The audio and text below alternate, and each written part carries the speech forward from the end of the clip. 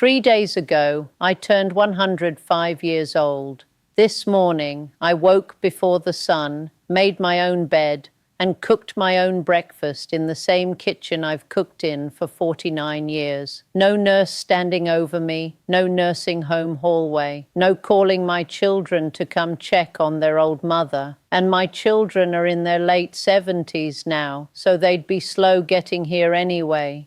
30 years ago, not one soul in my family believed this morning would ever come, because back then my blood sugar was quietly trying to take everything away from me. If you're watching this, I'd wager somebody's worried about you. Maybe it's a nurse frowning at your numbers. Maybe it's your son asking one too many questions about what's in your cupboard.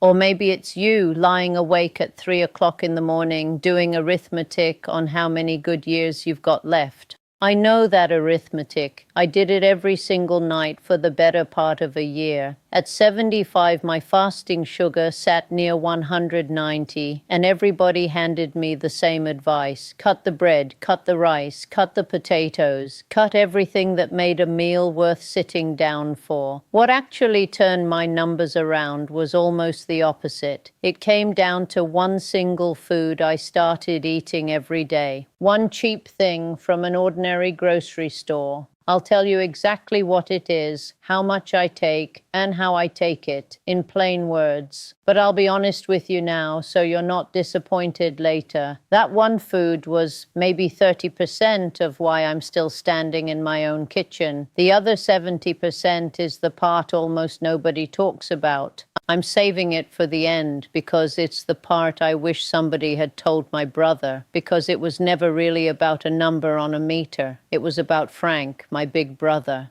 Sugar trouble ran him down slow, the way it does. First it took the feeling in his feet, then it went after his eyes, then it took his kidneys, and then it took his address. Frank spent his last 5 years in a facility that smelled like bleach and cold coffee. This was a man who fixed every engine in our county and built the porch I still sit on. At the end, he pressed a little button on a cord for somebody to come turn him over in the bed. I visited him every Sunday, and driving home I made myself the same promise every time. Not me, not that room.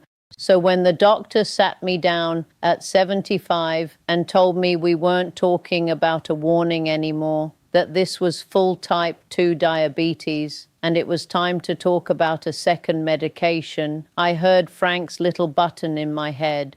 But this doctor didn't just reach for the prescription pad. He looked at me and said, "Margaret, give me 90 days, and give me one change at your breakfast table." Then he said the line I've repeated for 30 years. We are not going to starve the sugar out of you. We're going to feed your body the right thing until it remembers what to do with sugar. Before I tell you what that one food is, you need one picture in your head, because once you have it, everything makes sense. The doctor drew it on the back of my lab sheet.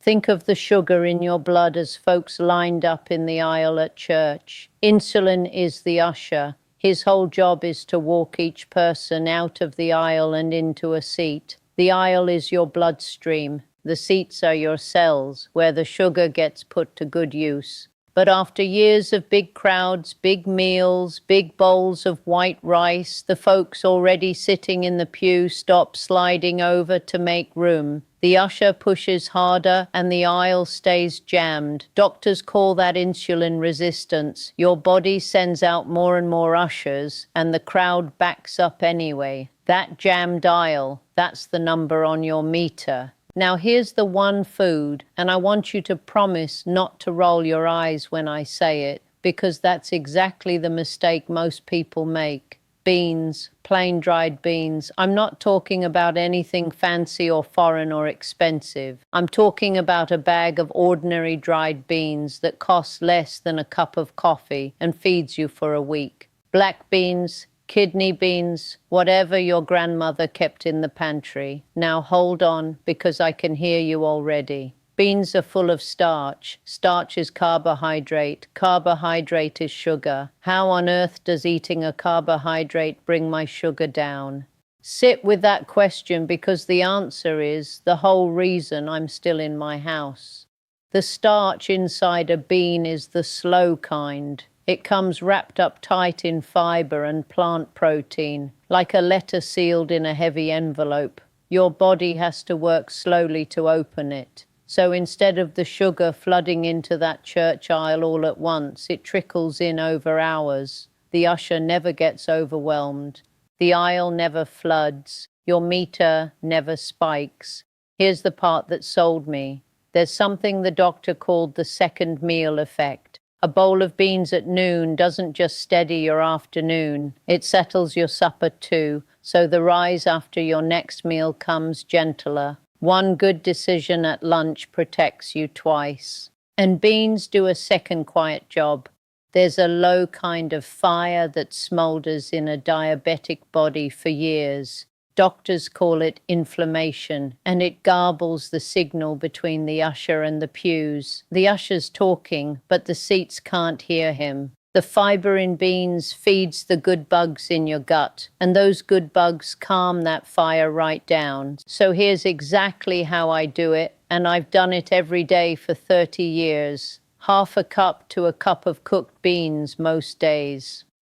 I soak dried beans overnight because canned ones are fine, but the dried are cheaper and gentler on the belly. In winter, I make a big pot of bean soup on Monday and eat off it half the week. In summer, I have them cold with a little olive oil and a splash of vinegar. Start small, a few spoonfuls, and give your gut a week to make friends with all that fiber, or it'll fight you at first. And drink your water, because fiber without water is a traffic jam of its own. The morning I checked my meter after 3 weeks of swapping my white rice for beans, I sat down at my table and cried.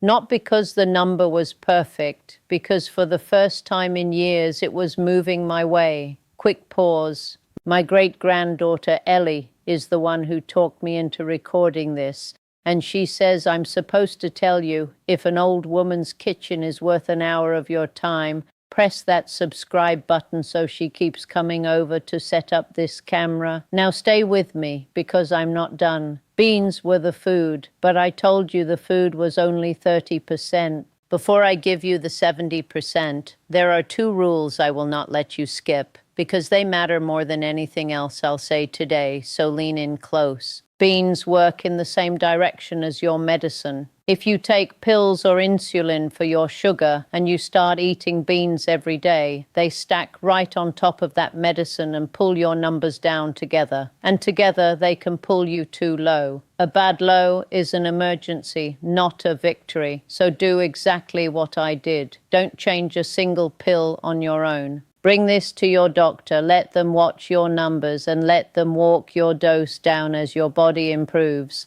Mine lowered my dose step by step across that whole first year, checking my readings the entire way. That partnership is the reason my story ends in my own kitchen instead of an emergency room. Don't skip the doctor. Bring them along. Now, the 70%. And I'll be square with you about what this is and what it isn't, because at my age I've got no patience left for fibbing. I can't hand you a study for what I'm about to say. It's not a prescription. It's just what 105 years taught one woman who's buried most everybody she started with. I've watched plenty of people eat perfectly and still wither, and I've spent 30 years asking myself why. Here's what I believe. First, hold on to your faith, whatever it is you hold on to. For me, it's the worn book on my nightstand and a prayer with my morning coffee. And this has nothing to do with magic. Fear is hard on the body. Worry pours out a stress hormone, and that hormone pushes your sugar straight up. The year my numbers went bad, I stewed every single night. 3 o'clock in the morning, staring at the ceiling, doing that terrible arithmetic. My faith is where I learned to set the fear down. Every morning I hand what I can't control to bigger hands than mine. Then I go soak my beans and tend to what I can. Find where you set your fear down and go there daily as faithfully as you'd take a pill. Second, live honestly. What's honesty got to do with blood sugar? I'll tell you what I've watched. A grudge is heavy. You carry it in your shoulders, your stomach, the hours you ought to be sleeping. I've known people eaten alive by a resentment they fed for 40 years, and no diet on this earth was going to save them because the body keeps the books even when we won't. Somewhere in my 70s, I paid off every debt of the heart I had. I said the sorries I owed. I forgave 2 people who never once asked me to, and I got lighter. A light heart makes it a whole lot easier to do every quiet thing on that list, day after day, for 30 years. And third, the biggest one. If you keep only one thing from an old woman, keep this. The people who study the places on this earth where folks live the longest will tell you the common thread isn't a miracle food, it's purpose being needed. The sickest year of my life wasn't the year of the bad blood work. It was the year after my husband passed, when I quietly decided I was finished. Nobody needed me, so what was the use? I barely cooked, I barely moved, everything slid. What pulled me back wasn't food. It was a knock at my door, a young man from down the road asking if I'd teach him to make my bean soup for his sick wife.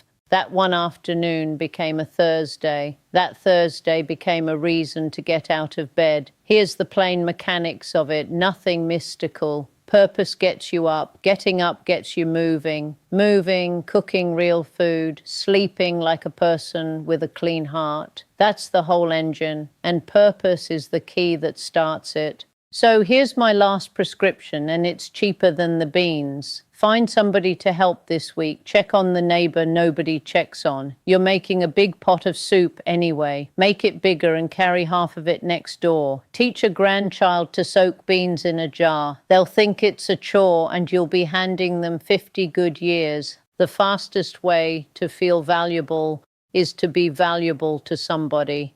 And a person who feels valuable fights for their health because they've got somewhere to be.